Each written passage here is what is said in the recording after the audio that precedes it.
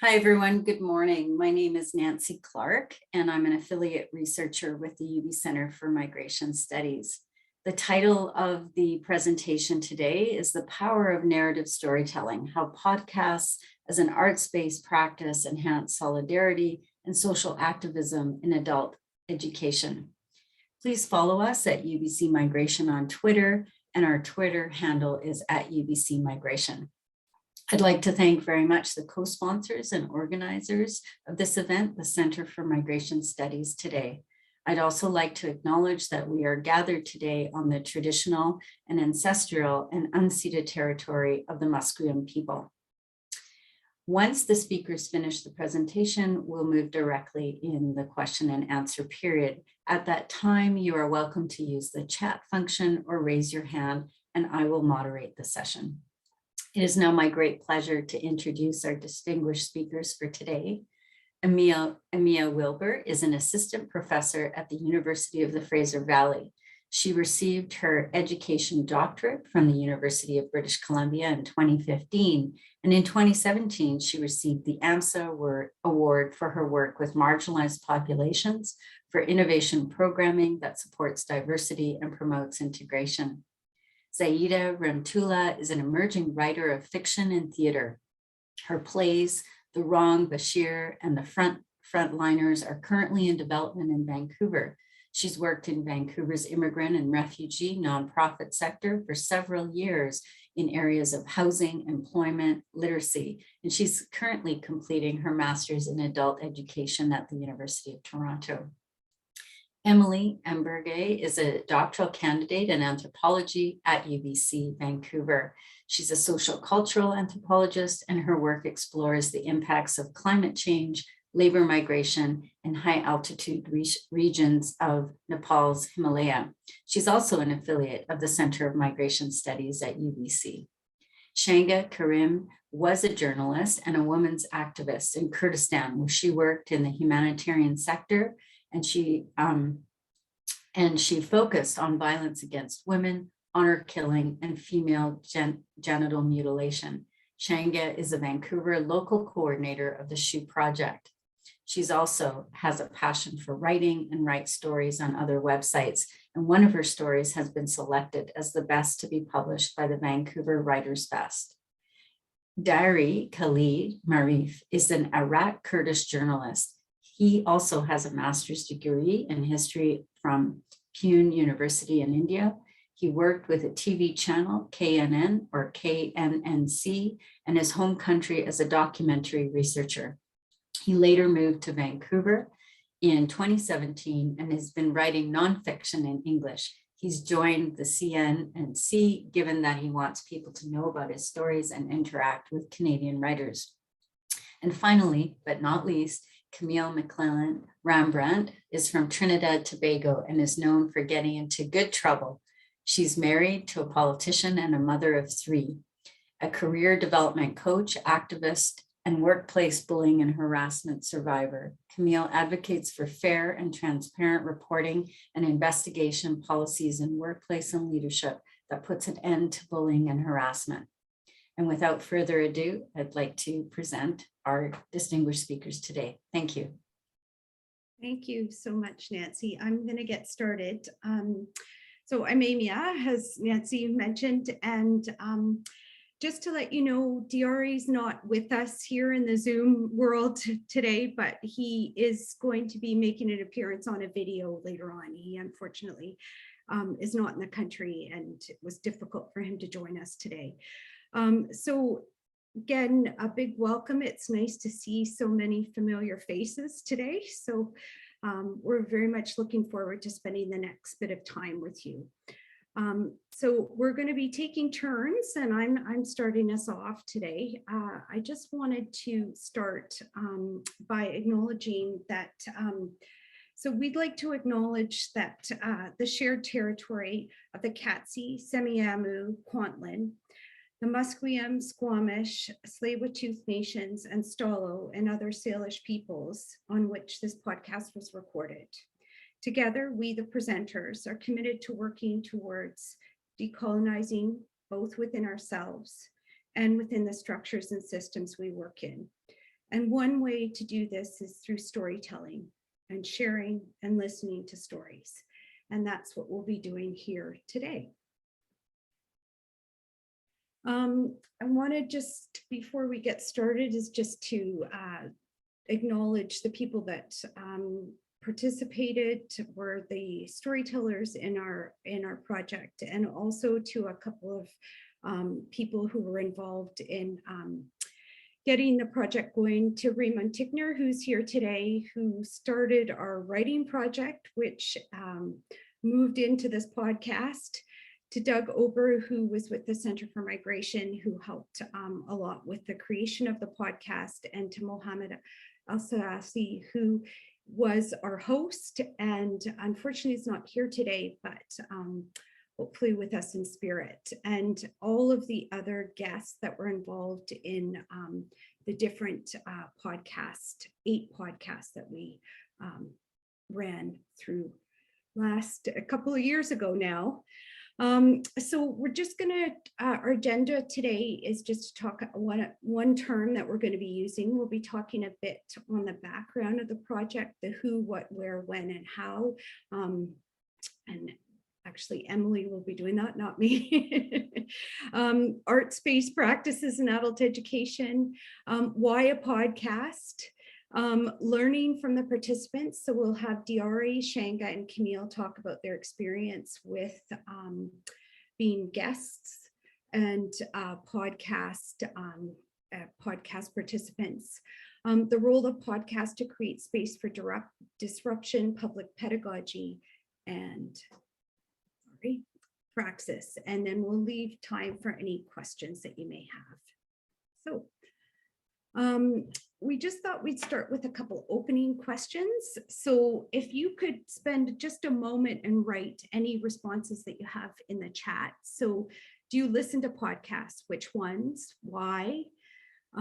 What do you notice about the host? How important is the host? How important is it for the podcast host to have lived experience? And have you listened to season 2 of the UBC Migration podcast? Which one stood out for you? I'm just going to give you a minute. I know there's a lot, so you can choose to just respond to 1 or 2 of those. Emily, I think you were supposed to ask that. Sorry. I'll just give you a minute.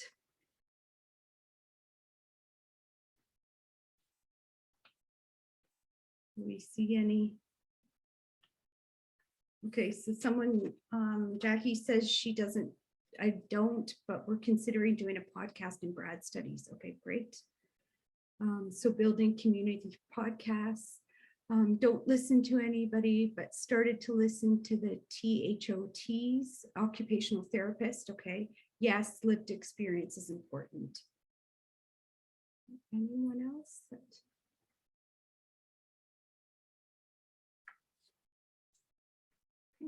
We'll just, unfortunately, I've been busy with exams. So we can understand that. Okay, various podcasts. Okay, definitely having a host with lived experience is important. I haven't listened to the UBC podcast yet. Okay, so thank you. Just to keep that in mind as we go through. So I'm going to now pass it over to Zaida, who's going to talk about connections to adult education. So over to you, Zaida. Thanks, Amea. So we looked at this project through the lens and approaches of adult education, and although using narrative and lived experience as a research method has a long history across disciplines, in researching lived experience in education, misunderstood or missed opportunity, Emma Farrell notes that story-based approaches drawing upon lived experiences remain surprisingly underrepresented in education research. And so in creating this podcast, we drew on narrative inquiry and participatory narrative inquiry approaches to use storytelling as a way to communicate these lived experiences. Narrative inquiry seemed a suitable method to use in such an exploration due to its ability to not only provide a rich and nuanced understanding of the ways individuals understand the world, but also to create plural narratives that may affect change and act as a form of activism. So as Lead With and Spring It here emphasize, life experiences can create, quote, counter narratives of change.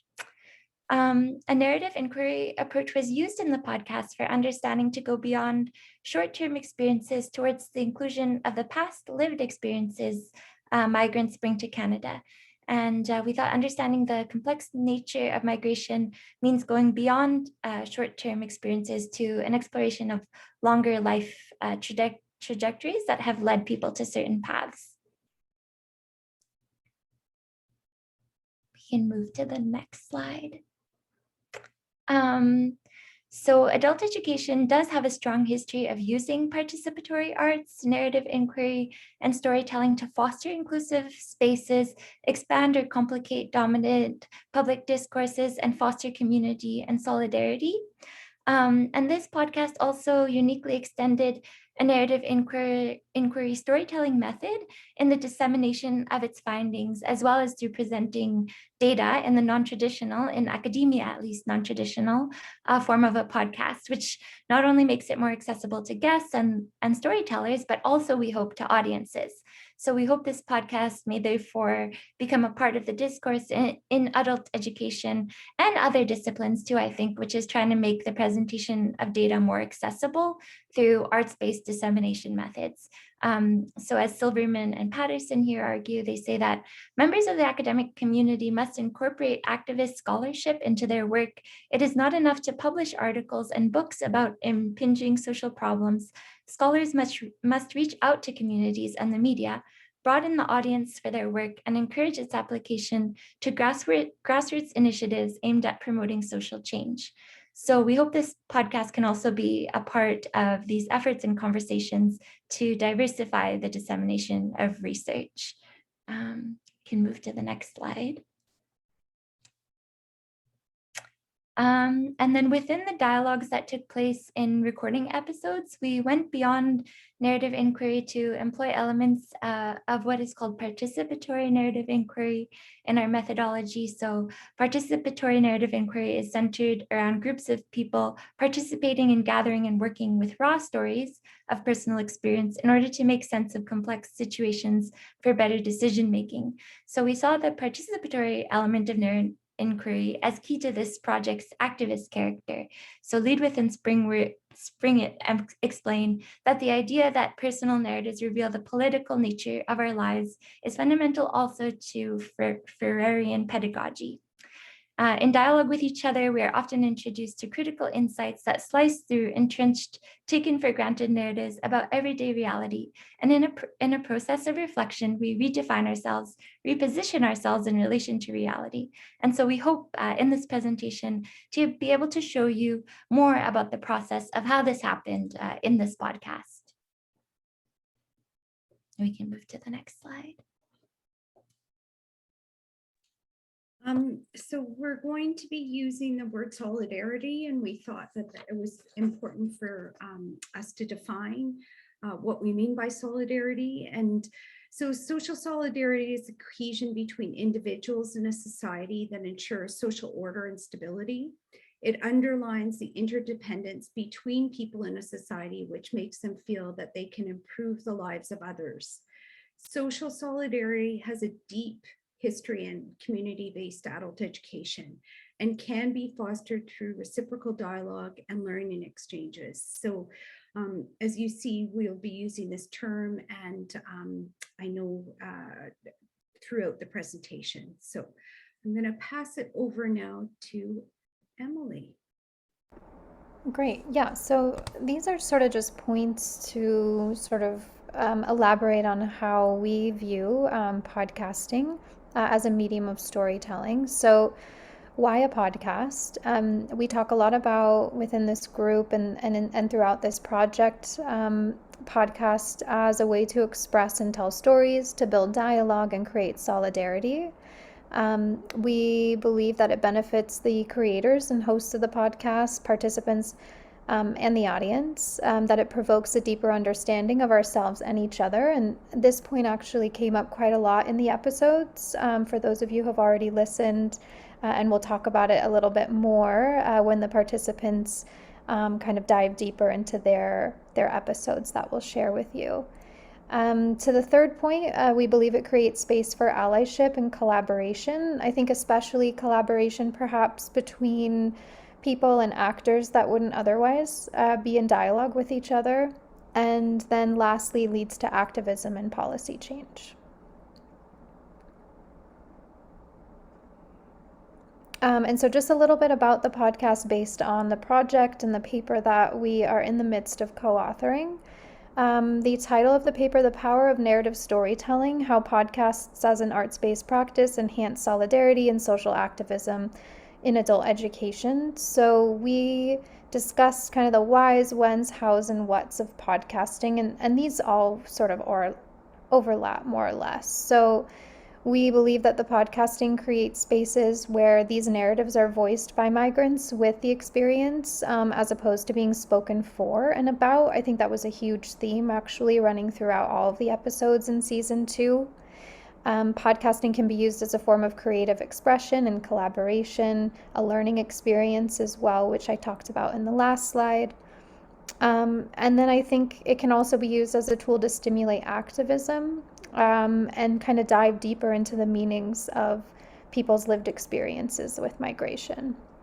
And then lastly, storytelling, I think in podcasting and all other mediums, increases visibility. It can challenge marginalization of certain communities and people, and just provide alternative ways of knowing and learning about how to continue, especially in the world with global pandemics, mass migration, and climate change.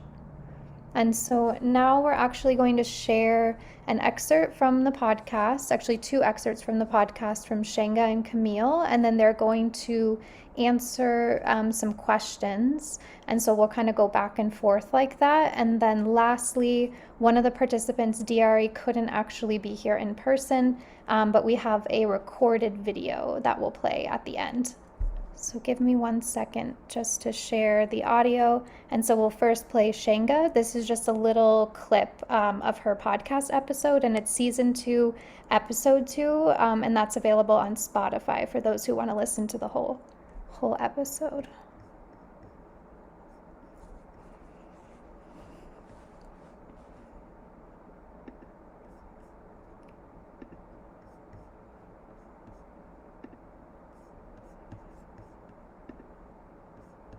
Oh, Amy, I think you have to unshare your presentation first. Right, we did say that before. I forgot.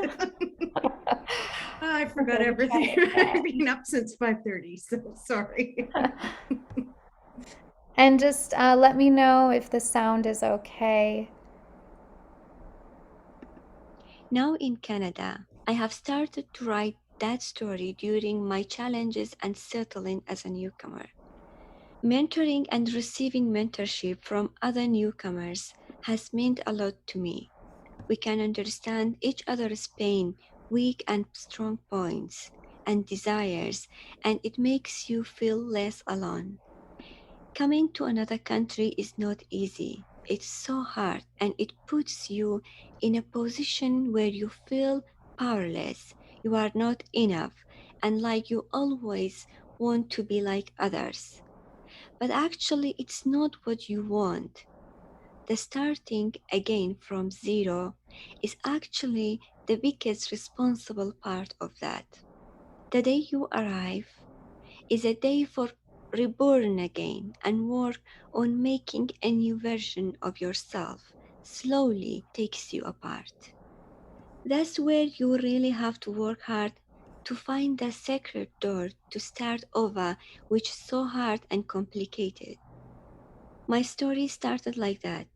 After following my dream to be a writer again here in Canada, I had to search and make connections to find my first door and enter to that world that I was seeking for. It was the hardest thing to start writing and sharing my own story and my journey. But I learned that is very valuable to my life and other newcomers who want to share their journey but don't know how to. It also helped me to be able to work with other projects as a mentor and sharing my experience with other newcomers to share my writing experience with them and help them with their editing.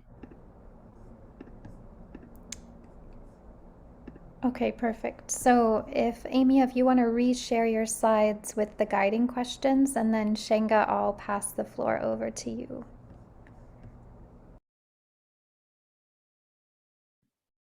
Thank you, Emily. Thank you, Amea.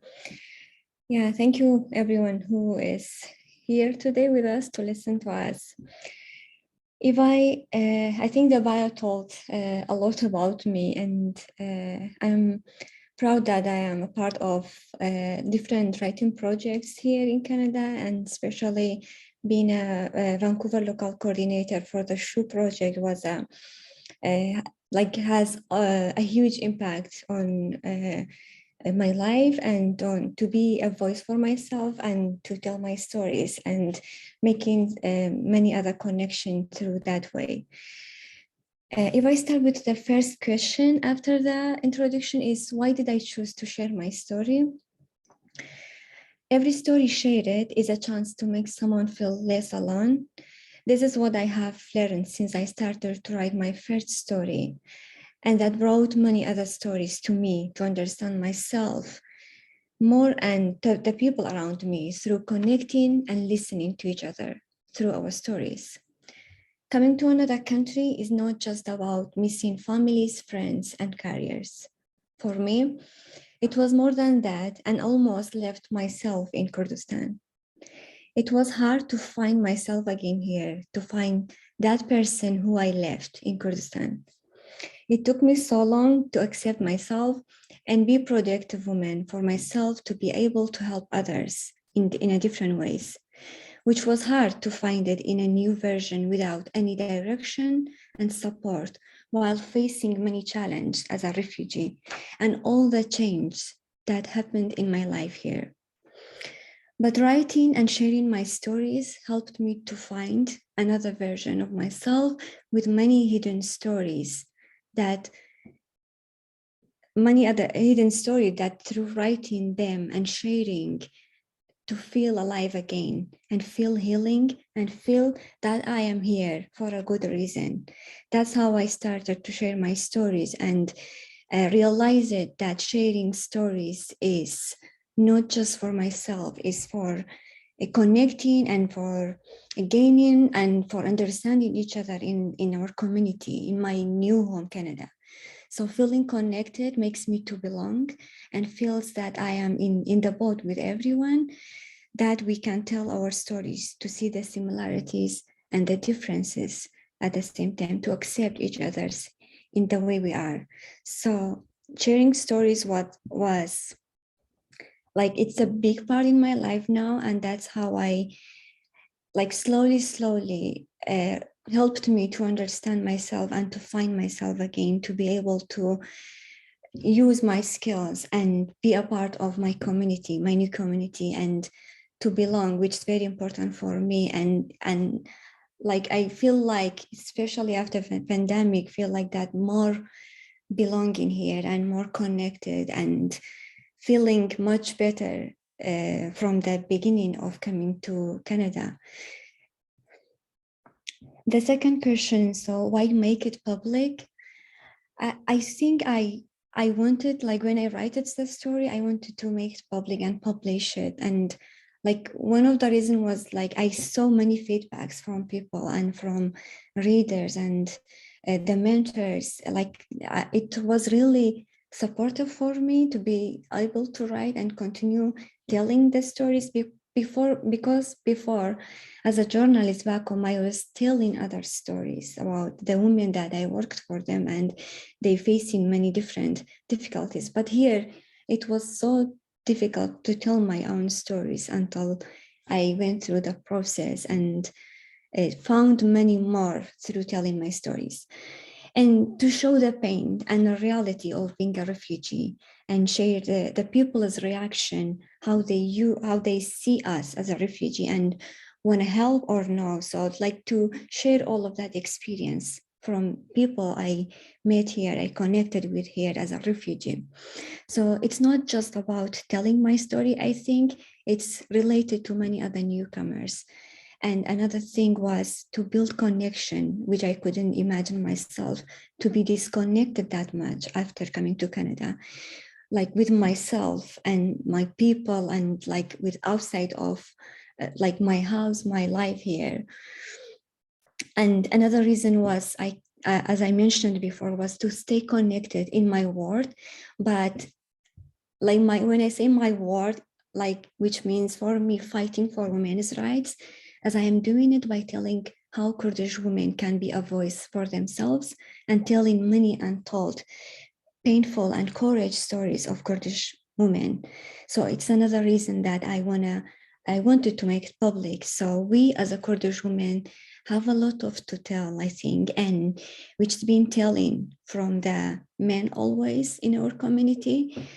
And for me, after like been working with women for a long time and still seeing, reading stories and news about killing women, about honor killing, FGM, I feel like they are all like men in Kurdistan, like not generalize it, but I mean, like in so many different ways, men like killing women in Kurdistan and talking about us, writing about us, telling our stories. So they are always there instead of us to be there for ourselves. And that needs to be stopped, I think, and have more voices from Kurdish women who still facing honor killing. And on the other side, we have so many women that they are fighting and they are working so hard, and they have many amazing stories that hopefully I can tell these stories through my stories. Yeah, and like that's how I started to make more public and feel happy about that. And my last question here, how did you feel sharing in on the podcast and the connection? So sharing in a podcast was a great way for me to express my feeling and use my voice to tell my story at the same time.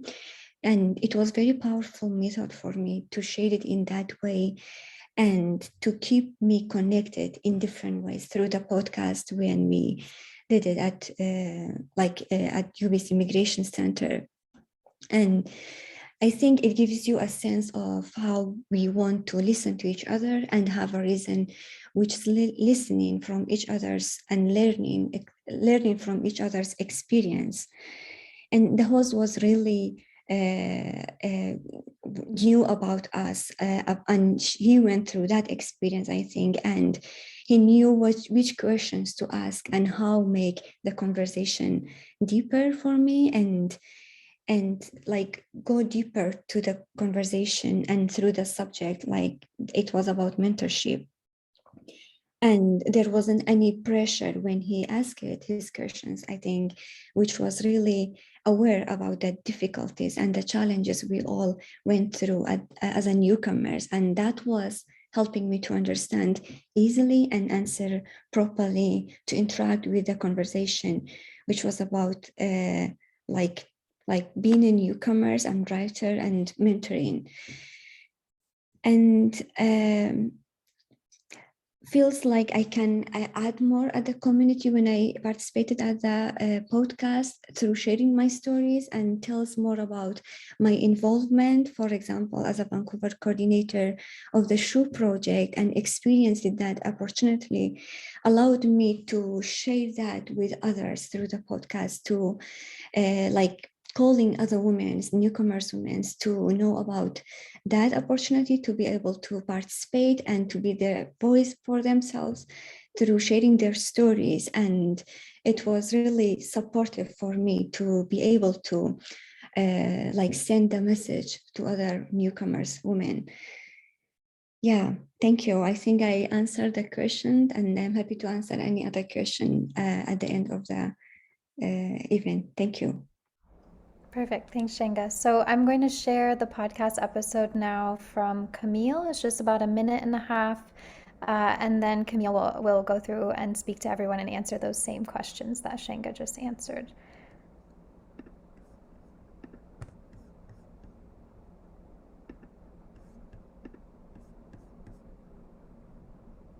Assessment.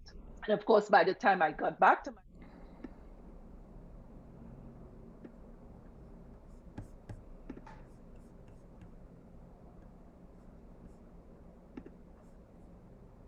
pleasant-ish, my daughter was in the car and I had her on Bluetooth and she just started ripping me through for my doctor from the first medical, 2-week medical, at the end of it, she said, upon reassessment. And of course, by the time I got back to my doctor, she said, this is getting worse.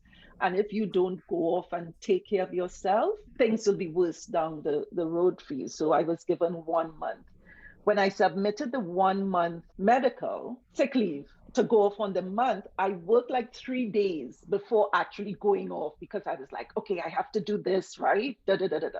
So that manager wasn't there. I sent it to HR and I CC'd. And the manager, when she came back, she was upset and she was screaming at me on the phone. I could never forget how my daughter grabbed my hand and just covered her mouth in complete shock, demanding, questioning, what am I going to do on my medical? I have to tell you, have to tell me, you have to tell me now.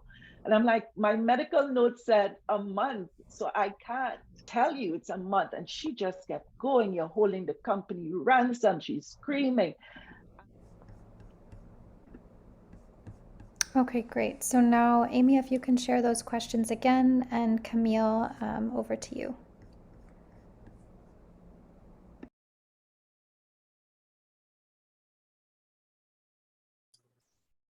Thank you for that. And hello, everyone. So a little bit about myself. It's I migrated here 14 years ago with my husband and 3 children. And Canada was always a dream come true for me, migrating here. And I speak about it more in the article. I had the privilege to share my story and why Canada. Why did you choose to share your story? All my siblings all live, I'm the only girl of 4 boys, they all live with their families in the US.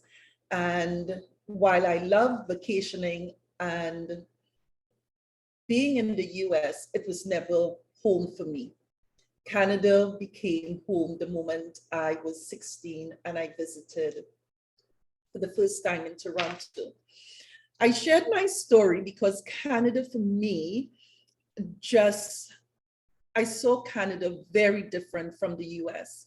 So being here, working really hard to get our children through school and the system and finding work and just having to be able to fit into the Canadian system and to find work. And we were successful with that. But hindsight is 2020.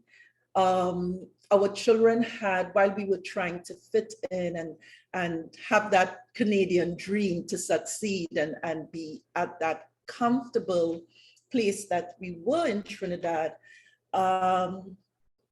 we just kept, even when our children will complain about racism and the microaggressions, you just said to them, we gotta keep going, right?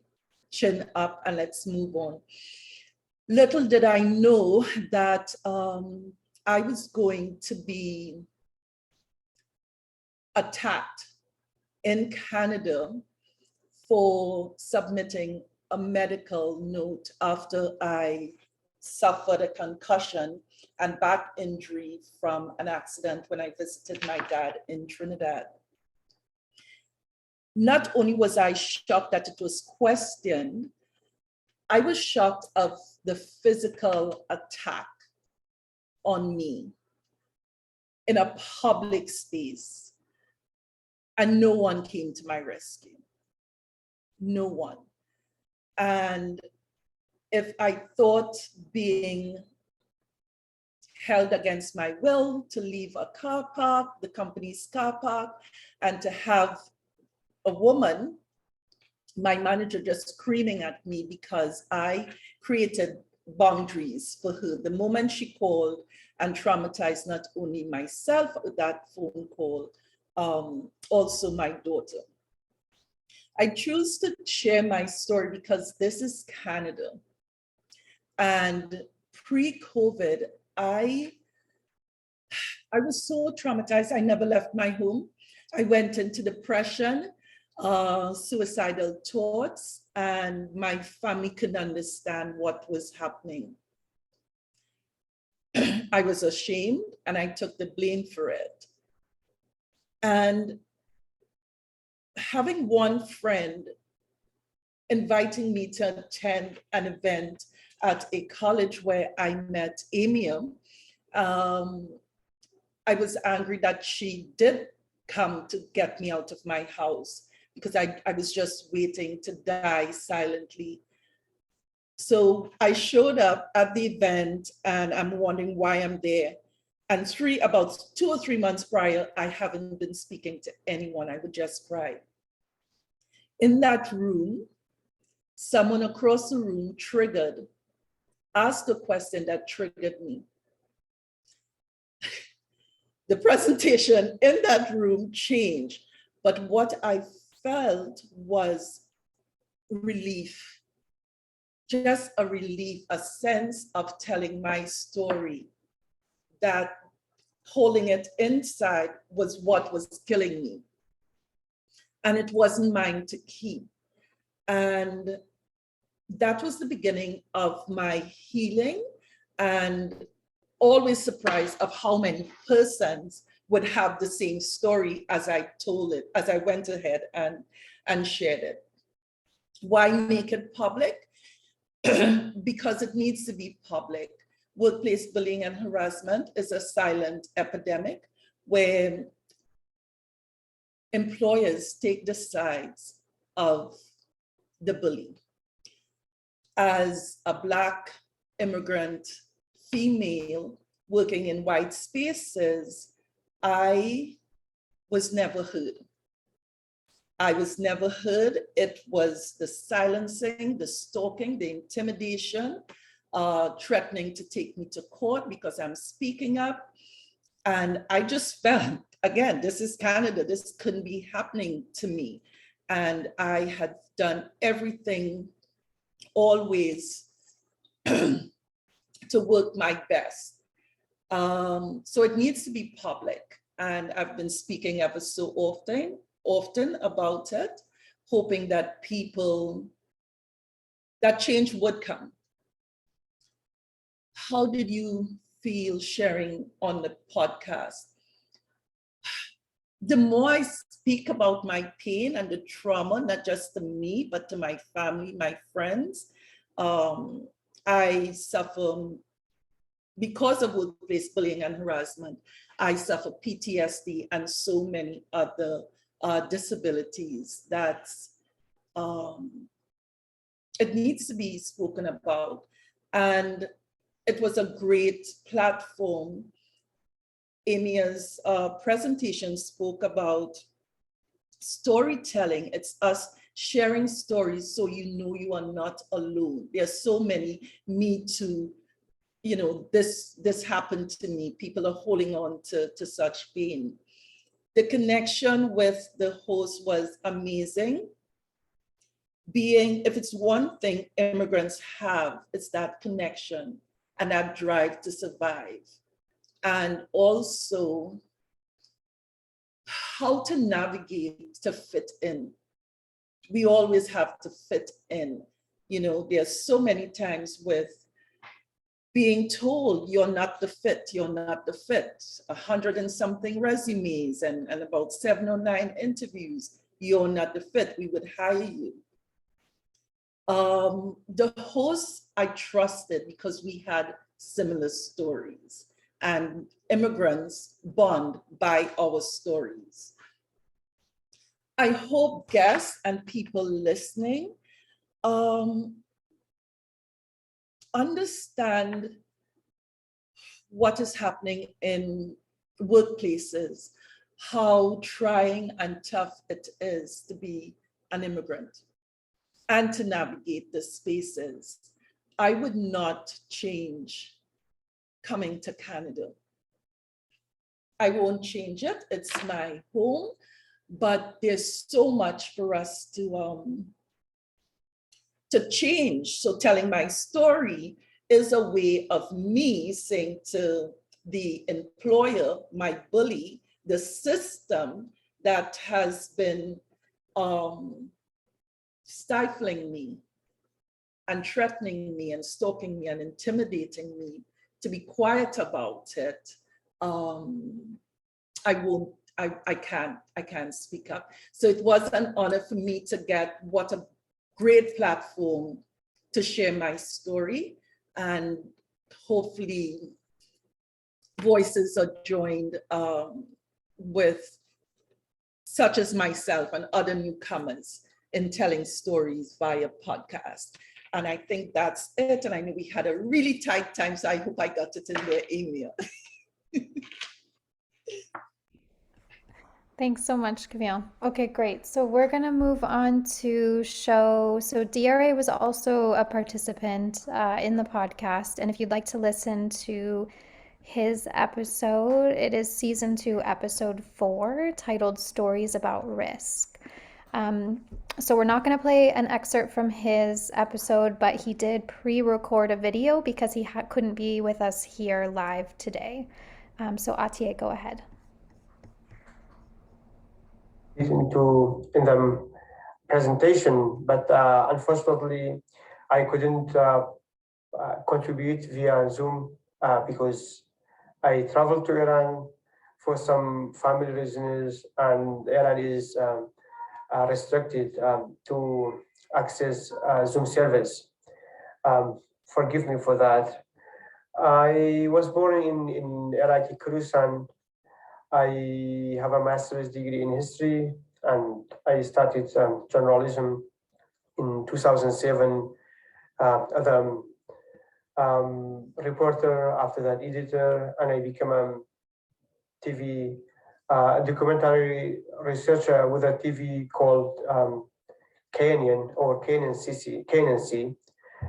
Since I came to Canada in 2017, I started another style of life, and I started from scratch.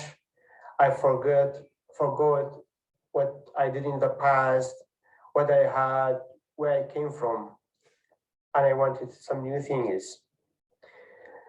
Through more of 4.5 years, I did several things what I never did in my home country, as a volunteering, helping people, contributing and participating in many seminar workshops and writing groups. And now I am an author with New Canadian Media. I also social worker with local society for sheltering and housing. In 2018, after a few months, after 5-6 months, I lived in Canada. I found that many wrong things happened with me. I usually faced a harsh migraine, trauma, pain, and thinking about past.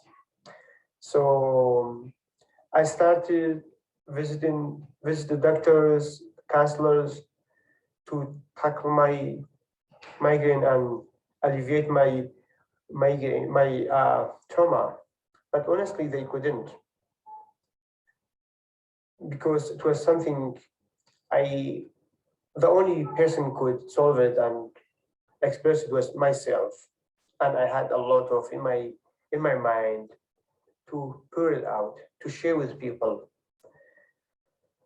Therefore, I start a new style of writing, which is called memoir, non-fiction, creative writing, or whatever you name it.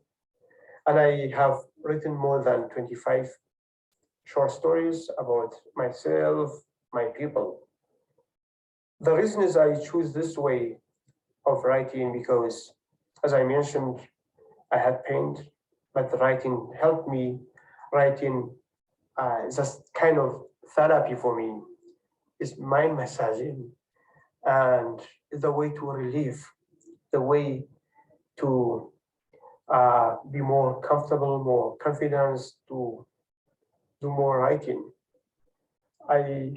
Since I was mocked by people for something like my butter scars, like this one over here, it looks like scorpion.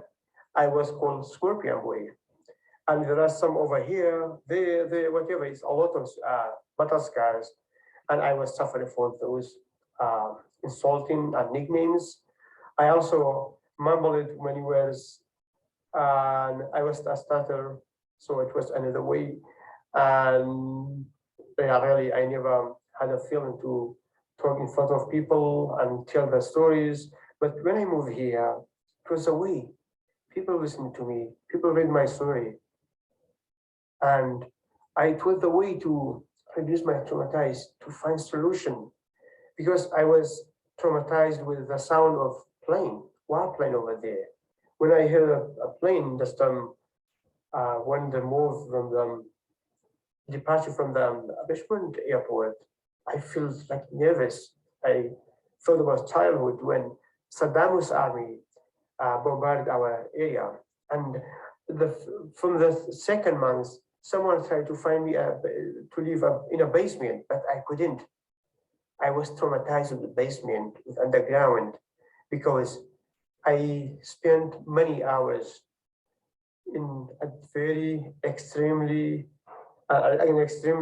dark, stingy, filthy underground.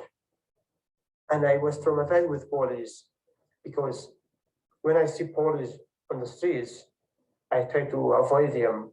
Since I was traumatized with Iranian police, when I worked in the border, in the Iran border as a child, they arrest us, and they didn't beat me, but they did with people around me, and I was really scared about that.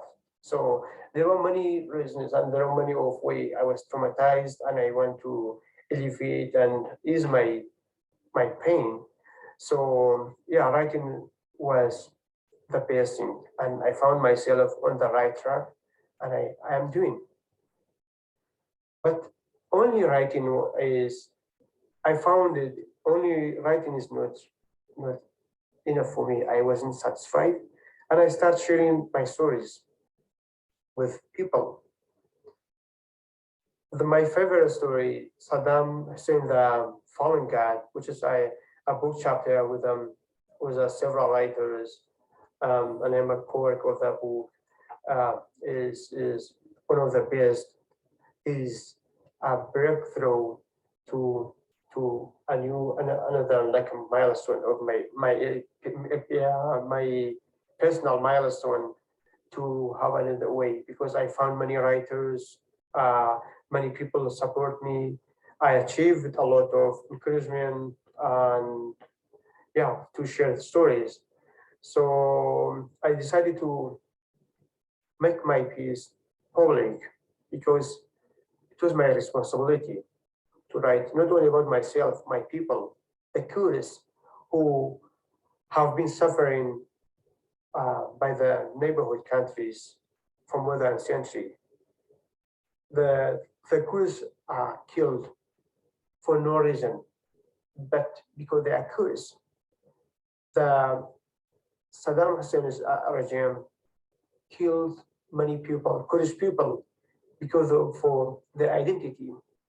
And at the time of recording this video, the Turkish government brutally attacked the Iraqi Kurdistan and Syrian Kurdistan because they only have semi-autonomy. The Turkey doesn't allow Kurds to be independent, be on themselves, ask for the rights, the national rights. And on the other hand, the Iranian government punishes Kurdish volunteer teacher for nothing, just teaching Kurdish language. Imagine everyone is not familiar with these stories, especially in the North America where I live, and specifically in Canada. So I have to share story. Shanga has to share story. Shaima, Rasha, Emily, Akbar, everyone, because personal stories attracts people more than other style of writing. I read a lot about Ethiopia, but Akbar's story affected me more than other kind of reading. Emily's story for me is important because she faced racism and I also faced, and I found that I'm not alone. But for a long time, I needed a way to express my sorrow, and I had a problem to talk in front of people. In one particular example, before the podcast, I was nervous because I feel embarrassed and shy to talk about in front of people. However, I did a lot in Kurdish language, but it was new one in English. So I was nervous. I didn't know how to talk for half an hour. But Muhammad really helped me to calm down and talk what I want.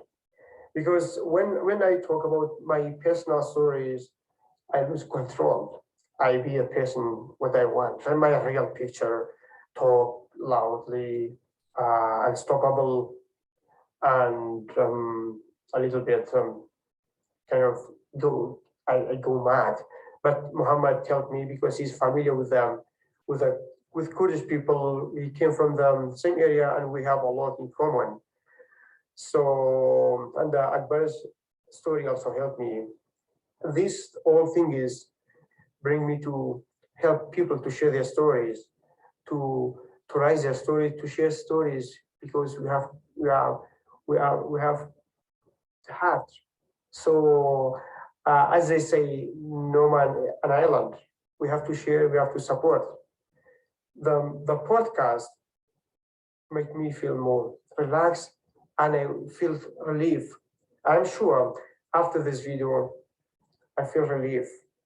Again, thank you so much for this opportunity. Have a good day.